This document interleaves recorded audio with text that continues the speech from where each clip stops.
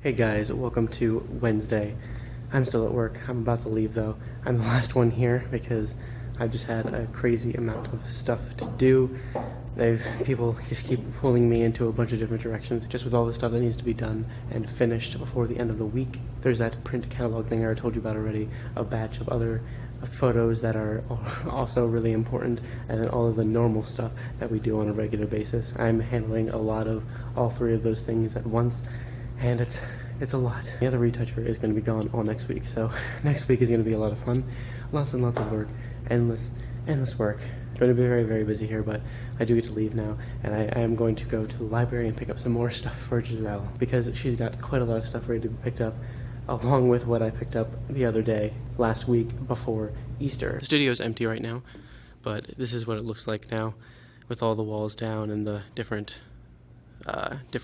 sections of the studio split off into the 3 different photo bays that they're doing now, because there's 3 photographers all going at once. There's the back of a set right there that no one took down yet.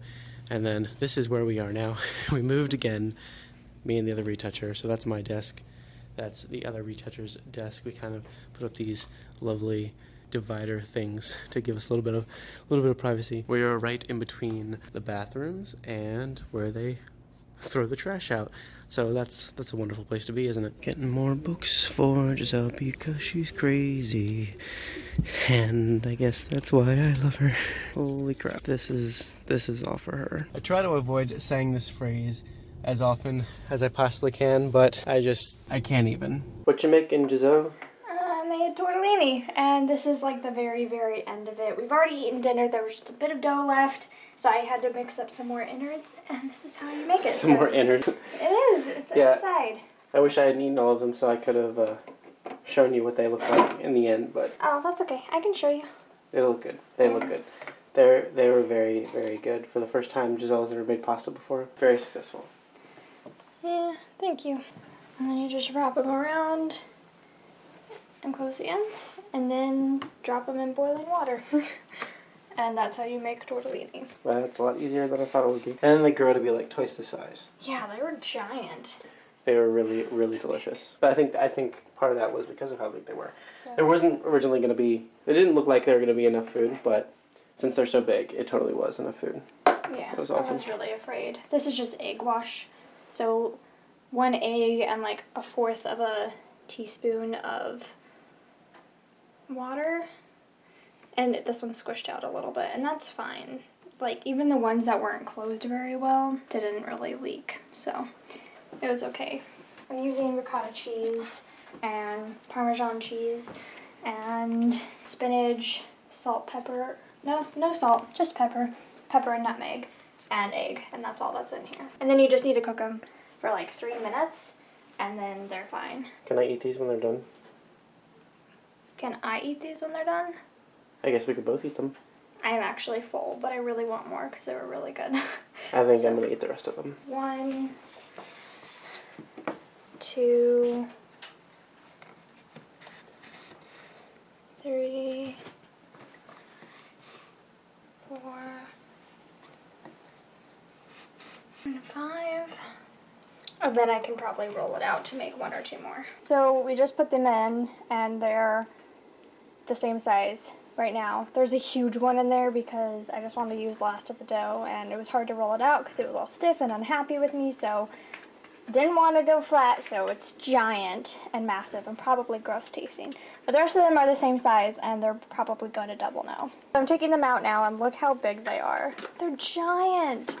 They get so big. Look how huge this one is. It's so stupid. It's a monster maybe. I'm going to leave that one in for an extra minute or 2 because I want the insides to be heated. But look how giant they are. Look at that, fills up over half a plate. So they expand. So if you make them smaller than I made them, it will be okay. Also, the pesto on them is freaking amazing. They'd also be really good with regular pasta sauce. Yeah. But since he can't eat pasta sauce, she doesn't ever have any in stock. Not me. Yeah. The person we live with. I live here. He can't eat tomato sauce, but I would prefer pasta sauce, but this was good too. I'm not the hugest fan of this stuff, but it does taste good when mixed on top of this stuff. And then I got 2 more things from publishers. Now, I know what this one is because I requested it. I don't know what this one is. It's really thin. It might be something I requested, but it might not. I only got responses back about 3 of the books that I asked for. One of them isn't supposed to be coming until the end of April, and then which is The Fireman by Joe Hill, which I'm really, really excited for.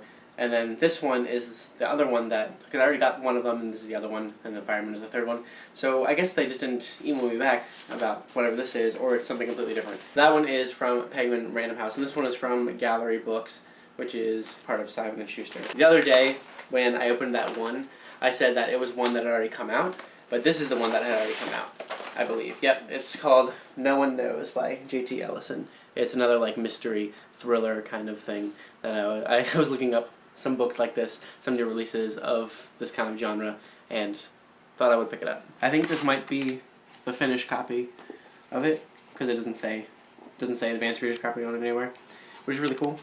Makes me really happy. So thanks Gallery Books for sending me that, and the cover feels really cool. Feel that. Feel it.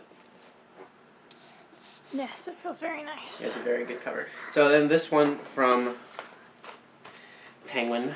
I don't know what it is, but we're going to find out together. Oh, cool. It is one of the ones that I asked for from them. It's called The Last Days of New Paris by China Miéville. I've not read anything by China Miéville yet, but I've been really wanting to, but especially been really wanting to read The City and the City. So I asked for this one. It's a really short one, and this one is the art copy. It hasn't come out yet, I'm pretty sure. It comes out August of 2016, which is really cool that they sent it so early. I didn't think they were going to send this one to me, honestly. I wonder if that means I'll get the other 2 that I asked for from them, because I asked for 2 other books from them. So I'm hoping they'll send me those also. That'd be really awesome. Yeah, these are from Del Rey, actually, which is an imprint of Random House. So I asked like for 3 books from Del Rey, and hopefully the other 2 do eventually end up showing it. I did ask Steve about people who didn't respond to my emails, the publicists that didn't respond to my emails. He said that sometimes that means they're not interested in sending you anything. But then Giselle has heard of people getting things from the publicist that they email, but then the publicist like never said anything, but they still get it. So that's what happened here, which is really cool. Maybe I'll keep requesting more things then, because I was kind of worried about requesting things, because I requested kind of 3 really smaller things, and then some bigger things, and I got replies back about the things that I perceived to be a little bit smaller on the pecking order, whereas the bigger things I didn't really feel like I was going to get, but got something pretty cool. I got a few things done tonight. Got a few vlogs edited, finally. I didn't want it to happen, that I had to catch up a bunch anymore, but, you know, Easter weekend kind of messed that up for me. That's okay, though. I'll catch up pretty soon. Hopefully tomorrow I'll be able to get a little more done. The only thing I need to do now, before Friday, is edit some more To the Moon and get that all situated. And then I did get a bunch of thumbnail stuff, so stuff for the Let's Play channel, in order to just make all of them nice and cohesive and go all together. And I'm really excited to post everything, thumbnail, description, and all, tomorrow night for the entire week, so I don't have to worry about it for the rest of the week and can concentrate on finishing off the month. But anyway, I think that's pretty much it for tonight, right? Yeah, I started working on, I want to do like a quarterly statistic videos, since I'm not doing like monthly wrap-ups, and since I didn't read like anything in January. So I started working on the stuff for that, and I am 11 books ahead of schedule on Goodreads. Awesome. 2 of those books were DNF'd. One of them was DNF'd like really close to the end though. Like I literally only had like 15 minutes to listen to, and I was like, I just can't do it. I hate it too much. Which one was that? It's Fantastic Mr. Fox. That's what I thought. And then one was DNF'd right at the beginning, so it kind of makes up and like equals one whole book. Anyway, so 2 of them were DNF'd and 2 of them were children's books, which still puts me 7 books ahead. So I'm like, it's like basically all the stuff that I wanted to do last year, I'm doing this year instead. So it's kind of funny where it's like I wanted to read 100 pages every day, and like averaging them all out, I've read 100 pages every day, well a little bit more than 100 pages every day, and like stuff like that. So it's like all my goals that I set for last year, I'm doing this year instead, and then I didn't set like any goals for this year. So anyway, That's awesome. I was working on that. I'll probably film it one of these days.